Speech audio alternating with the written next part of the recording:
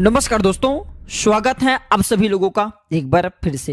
रावण के अनुसार तंत्र से, जड़ी बूटी से, पेड़ पौधे की कुछ क्रियाओं को करके आज भी कुछ भी किया जा सकता है, तकदीर बदल सकता है, भाग्य चमकाया जा सकता है। तो यह वीडियो को ध्यान से देखना। रावण संहिता का आज मैं आप लोगों को जानकारी बताने वाला हूं। रावण न केवल एक महान विद्वान पंडित था, बल्कि वह एक ज्योतिष और भगवान शिव जी के परम भक्त भी था। रावण अपने 10 शीशों के कारण आज भी जाना जाता है दर्शकों, जिसके कारण उसका नाम दशानन पड़ा है। देखिए, रावण ने ही शिव तांडव स्तोत्र और शिव संहिता की रचना की है। आज जो आप रावण की शिव तांडव स्तोत्र का जो गान करते हैं ना भगवान शंकर को प्रसन्न करने के लिए, वह रावण के द्वारा ही रचित है। रावण संहिता में रावण के धनवान होने का राज सहित ऐसे कई तंत्र मंत्र के बारे में भी लिखा है, जिससे गुप्त और गड़ा धन आपको बहुत आसानी से मिल सकते हैं। ये बात रावण संहिता में है, जिसमें रावण ने उसके धनवान होने का राज, धन प्राप्ति के अचूक वह शक्तिशाली उपाय बताए हैं। देखिए, असुर के सम्राट होने के बावजूद भी रावण एक महाज्ञानी पंडित, शास्त्रों में पारंगत था। दुनिया के कोई भी ऐसे व्यक्ति नहीं जो कि रावण से ज्ञान में पछाड़ दे। माना जाता है कि सौर मंडल के संपूर्ण ग्रह के जितने भी सौर मंडल के संपूर्ण ग्रह हैं, ये रावण की इशारों पर चलते थे। कोई भी ग्रह रावण के विरुद्ध कार्य नहीं कर सकता था। तो आप समझ सकते हैं कि रावण कितना बड़ा ज्ञानी था, कितना बड़ा शक्तिशाली था। यहाँ तक कि मेघनाद के जन्म के पूर्व, जब वह अपनी माता मंदोदरी के गर्भ में था, जब मेघनाद, तब रावण ने उसे अमर बनाने के लिए सभी नक्षत्रों को एक स्थिति में ला दिया था। तो इस दौरान सभी ग्रहों ने रावण के निर्देश अनुसार ही कार्य किया, लेकिन केवल शनि ने अपना स्थान परिवर्तन कर दिया, जिसके चलते मेघनाद को अमर बनने की जो सपना थी, रावण ने अमर बनाने की जो सपना रखी थी, वह सपना पूर्ण नहीं हो सका। और इसी कारण मेघनाद यशस्वी पराक्रमी योद्धा होने के बावजूद भी अल्पायु का हो गया। भले ही महापंडित रावण को रामायण का नकारात्मक पात्र माना जाता हो, लेकिन माता सीता का हरण रावण ने अपनी जिंदगी की सबसे बड़ी भूल करने के कारण की थी। और यह भी जाना जाता है, यह भी कहा जाता है कि रावण जानता था कि प्रभु राम जो श्री रामचंद्र जी हैं, वह भगवान विष्णु जी के अवतार हैं। यदि उनके हाथ उनकी मृत्यु हो तो निश्चित उन्हें वैकुंठ की प्राप्ति होगी। ऐसे में उसने अपने पूरे परिवार के उद्धार के लिए जानबूझकर श्री राम जी से, प्रभु राम से शत्रुता मोल रखी। तो चलिए इस वीडियो में जानते हैं रावण द्वारा रचित कुछ ऐसे जड़ी बूटी के बारे में, क्योंकि रावण ने रावण संहिता में बहुत सारे ऐसे जड़ी बूटी के बारे में बताए, कुछ तांत्रिक वस्तु के बारे में बताए हैं, जिससे धारण करने के बाद व्यक्ति की अध्यात्म उन्नति होते हैं, व्यक्ति धनवान बनते, गुणवान बनते हैं।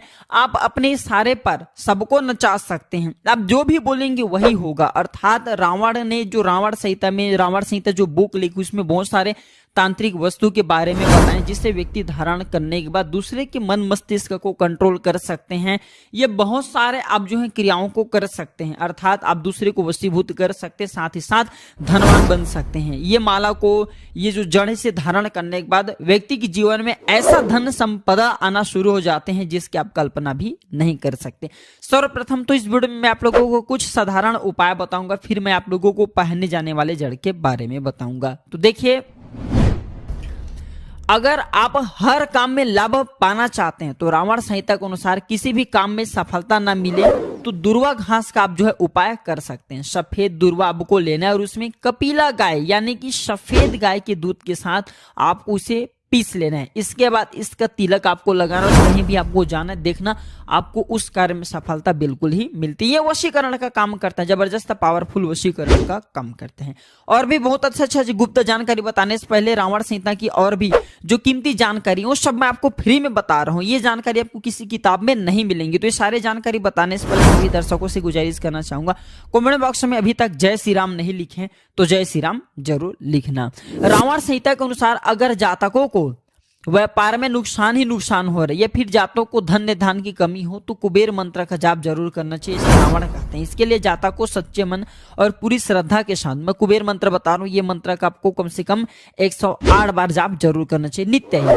ओम यक्षाय कुबेराय वैष्णवाय धन धान्यधिपते धन धान्य समृद्धि में देही दापाय स्वाहा। मैं इसे वीडियो में जो स्क्रीन चली उसमें भी लिखवा दूंगा, एक बार फिर से सुन लीजिए। ओम यक्षाय कुबेराय वैष्णवाय धन धान्यधिपते धन धान्य समृद्धि में देही दापाय स्वाहा। अगर ये मंत्र होली है, दीपावली में जितना जाप करते हैं उतना ज्यादा इसका पॉजिटिव रिजल्ट मिलते हैं। आपके घर में 3 महीने के भीतर में इतना ज्यादा धन संपदा आ जाती है जिसकी आप कल्पना नहीं कर सकते। लेकिन रावण संहिता कहते हैं कि नित्य रूप से अगर इन्हें 3 माह तक 108 बार, कभी भी 3 माह तक 108 बार जपा जाए तो बिल्कुल ही ऐसे व्यक्ति के घर में कुबेर जी महाराज, माता लक्ष्मी दौड़ी चली आती हैं। लेकिन ये मंत्र जाप करते हैं तो आपको सामने में कौड़ी रख करके ही पूजा करना चाहिए, जपना चाहिए। जब 3 माह पूरे हो जाए तो उसे उठाकर जो कौड़ी है उसे जहां पर आप पैसा रखते हैं वहां पे रख देना चाहिए। मान्यता है कि ऐसा करने से जीवन में कभी भी धन्य धन की कमी नहीं होती। ऐसा मैं नहीं बोल रहा हूं, बल्कि रावण संहिता में लिखे हैं। चलिए अब इस वीडियो में जानते हैं रावण जी के अनुसार कि कौन सी जड़ी बूटी को धारण करने के बाद, कौन सी ऐसे जड़ हैं जिसे धारण करने के बाद हम अपने तकदीर को बदल सकते हैं, अपने बुरे समय को समाप्त कर सकते हैं, अपने भाग्य को चमका सकते हैं। पहला है काला धतूरा। ध्यान से सुनिएगा। रावण कहते हैं, रावण संहिता के अनुसार रावण बहुत बड़ा तांत्रिक था, इसलिए रावण कहते हैं कि जितने भी समाज में व्यक्ति की अनहोनी होती है, दुर्घटना होती है, मान सम्मान की हानि होती, जीवन में तरक्की नहीं मिलती, व्यक्ति बहुत ही परेशान हो जाते हैं, ये सब किसके कारण होता है? शनि के कारण। तो ऐसा माना जाता है जो काला धतूरा है इसके जड़ में भैरव बाबा का वास होता है, महाकाल का वास माना जाता है और साथ ही साथ भगवान शनि देव का वास माना जाता है।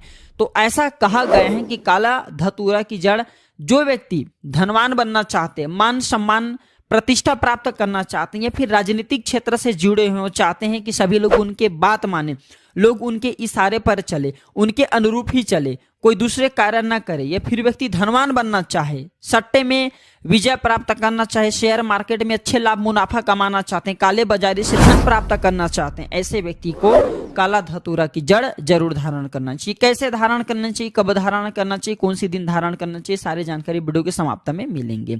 इसके बाद रावण जी कहते हैं कि काला एरण की जड़। ध्यान से सुनना, जो काला कलर की एरण होती है, सफेद कलर की वैसे तो जो एरण है ये आपको यत्र तत्र, जो रेड कलर की एरण है ये भी यत्र तत्र आपको मिल जाते हैं, लेकिन जो काला कलर की एरण है थोड़ा सा आपको ढूंढने पे वैसे मिल जाते हैं, कोई कठिन नहीं है लेकिन थोड़ा सा दुर्लभ है। तो ऐसा माना जाता है जो एरण है माता पार्वती की ही स्वरूप कहे गए हैं, माता पार्वती से ही एरण जो है उत्पन्न हुआ है। तो जो काला एरण है, कोई भी व्यक्ति काला एरण धारण करते हैं तो ऐसे व्यक्ति को आदि शक्ति, महाशक्ति की कृपा प्राप्त होते हैं। ऐसे व्यक्ति के शरीर में सम्मोहन की सिद्धियां बढ़ जाती हैं। ऐसे व्यक्ति अगर काला एरण की जड़ धारण करे, जैसे कि कहा गए हैं जो डरपोक व्यक्ति भी अगर काला एरण की जड़ धारण करे तो ऐसे व्यक्ति साहसी बन जाते हैं, ऐसे व्यक्ति से लोग डरने लगते हैं, ऐसे व्यक्ति पे माँ लक्ष्मी जो है धन लुटाना शुरू कर देती है, क्योंकि इसका स्वाभाविक से ही गुण है, जहां पे शक्ति वहां पे लक्ष्मी स्वतः खींचे चले आते हैं। तो जो काला एरण है अगर आप धारण करते हैं तो आपको सिद्धियां की भी प्राप्ति होती है। अड़िमा, लागिमा, उत्पन्न, जितने भी ये 9 प्रकार की सिद्धि कहे गए हैं, 8 प्रकार की सिद्धि, 9 प्रकार की निधि कहे गए हैं, ये आपको स्वतः ही प्राप्त होना शुरू हो जाते हैं। इसके कुछ आंशिक रूप आपको मिलते हैं। इसके बाद है काला हल्दी। ध्यान से सुनिएगा, मार्केट में सबसे ज्यादा जो बिका जाने वाला तांत्रिक चीज है उसमें काला हल्दी की गणना आती है। काला हल्दी को साक्षात माता काली की स्वरूप कहे गए हैं। जो काला हल्दी होते हैं, अगर आपको ओरिजिनल काला हल्दी मिल जाए तो ऐसा माना जाता है चलते ट्रेन को भी व्यक्ति रोक सकता है। काला हल्दी मिल जाए तो बंद ताले को खोल सकता है। काला हल्दी मिल जाए तो आप अपने पुस्तक में लिखे स्याही को मिटा सकते हैं। तो इसके द्वारा और भी अनेक प्रकार के तांत्रिक क्रिया किए जाते हैं, ऐसा हमारे धर्म तथा तांत्रिक ग्रंथों में लिखे। जैसे काला हल्दी से व्यक्ति नोटों की बारिश करते हैं, वो होता है कि नहीं होता, लेकिन किताबों में ये जानकारी आपको पढ़ने को मिल जाते हैं। हम सभी दर्शकों को बताना चाहेंगे, रावण संहिता के अनुसार काला हल्दी अगर कोई भी व्यक्ति धारण करते हैं तो ऐसे व्यक्ति से काली शक्तियां हमेशा दूर भागते हैं। ऐसे व्यक्ति की साक्षात माता काली रक्षा करते हैं, पुत्र की भांति ऐसे व्यक्ति की माता काली साक्षात रक्षा करते हैं। और ऐसे व्यक्ति की अध्यात्म उन्नति होता है। ऐसे व्यक्ति के जीवन में अगर किसी भी वस्तु का अभाव हुआ, सारे वस्तु स्वतः प्राप्त होना शुरू हो जाते हैं। तो अध्यात्म उन्नति करने के लिए ये फिर ग्रह नक्षत्र की बाधा से आप पीड़ित हैं, कोई भी ग्रह आपको बहुत परेशान करते हैं, तो काला हल्दी की जड़ आप जो जरूर धारण करें।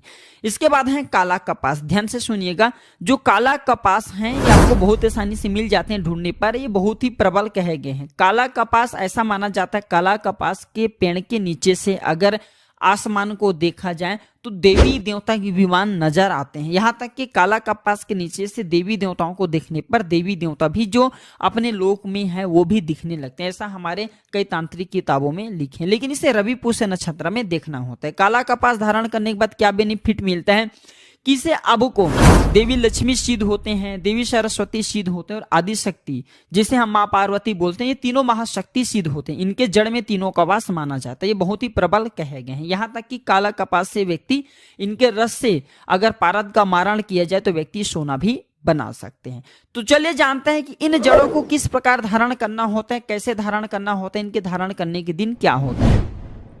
तो शुभ मुहूर्त के एक दिन पहले ये जो हमने अभी जितने भी जड़ बताए हैं, ये सब पेड़ पौधे को आपको निमंत्रण दे करके आना होता है। एक दिन पहले जैसे शुभ मुहूर्त है, जैसे कि दीपावली है, होली है, या फिर ले लीजिए कोई त्योहार आ रहे हैं शुभ मुहूर्त, रवि पुष्य नक्षत्र है, गुरु पुष्य नक्षत्र है, या फिर सिद्धार्थ सिद्ध योग है, कोई भी शुभ मुहूर्त है, आप जो है देख सकते हैं कि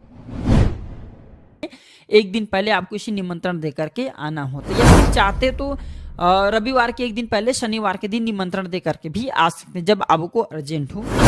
इसके बाद शुभ मुहूर्त में निमंत्रण देना आपको जाना होता है। इसके लिए आपको चावल रखना है, पीले चावल रखना है, आपको 5 अगरबत्ती की कांडी रख लेना और एक आपको नारियल रख लेना। इसके बाद आपको अगरबत्ती जलाना है वहां पे। इसके बाद नारियल वहां पे आपको भेंट कर देना है। जो भी पेड़ पौधे की जड़ लाना चाहते हैं, जैसे कि आप काले धतूरे की जड़ लाना चाहते हैं, तो वहां पे नारियल आपको भेंट करना है, अच्छा तो चढ़ा देना है, पीले कलर की जिसे हम चावल बोलते हैं। और आपको प्रार्थना करना है कि हे औषधि महाराज, हे वृक्षराज, मैं आपके जड़ का प्रयोग करने जा रहा हूँ इस कार्य के लिए। कार्य में बोल देना धन प्राप्ति, शनि के जो कुदृष्टि है उनके बचाव करने के लिए, अपने आत्मा कल्याण करने के लिए। इस प्रकार से प्रार्थना करना है। जो भी जड़ ला उसे प्रार्थना करना है। इसके बाद आप उन्हें बोलना है कि कल मैं प्रातः काल सूर्योदय से पहले आपको ले जाने आऊंगा, कृपया आप मुझे अनुमति दे। इस प्रकार से प्रार्थना कर लेना और आपको फिर सुबह प्रातः काल जाना है स्नान करने के बाद, और इसे आपको खन करके ले आना है। लेकिन ध्यान रहे, आपको कुदाल है, फिर लोहे की कोई भी वस्तु है, धातु बने हुए, उसे आपको खनन नहीं करना। इसके बाद इसे लाते हो तो इसे आपको सर्वप्रथम गंगा जल में धोने, दूध से स्नान करा देना है, कुमकुम रोली, अच्छा जैसे देवी देवताओं को पूजा करते उसी प्रकार से इनकी पूजा करने के बाद इसे चांदी के ताबीज में डाल करके पहनना है। मैं चांदी की ताबीज क्यों बोल रहा हूँ, क्योंकि चांदी के ताबीज जो होता है शीतल होता है, ये आपको नकारात्मक प्रभाव से बचाता है। तो आपको चांदी की ताबीज में से डालना है। और पहनने के जो दिन होता है बुधवार और शनिवार, ये 2 दिन हमारे धर्म शास्त्रों में कहे गए, क्योंकि जो बुध हैं इसे तांत्रिक देव कहे गए। शनि जो प्रकृति होती है जड़ी बूटी धारण करने के लिए उग्रता मानी जाती है, तत्काल रिजल्ट देने वाले। तो बुधवार और शनिवार के दिन आप इसे पहन सकते हैं। तकदीर बदल सकते हैं, आपके भाग्य चमका सकते हैं। एक बार तो आप इसे धारण करके देखें, आपके जीवन में परिवर्तन आएगा और आप खुद देखना, देखते देखते आप उन ऊंचाइयों पर पहुंच जाएंगे जिसकी लोग कल्पना भी नहीं कर सकते। तो रावण संहिता के अनुसार, जैसे रावण संहिता में बताए गए हैं जड़ी बूटी के बारे में, धारण करने के तरीके, सारे तरीके इस वीडियो में बताया हूं। यह जानकारी कैसा लगा हमें कमेंट सेक्शन में जरूर बताना, और इस वीडियो को लाइक कर चैनल को सब्सक्राइब जरूर करना, इसे अपने दोस्तों यारों में आगे जरूर शेयर करना। हो सकता है आपके एक शेयर किसी की जिंदगी को बर्बाद होने से बचा ले। धन्यवाद, नमस्कार।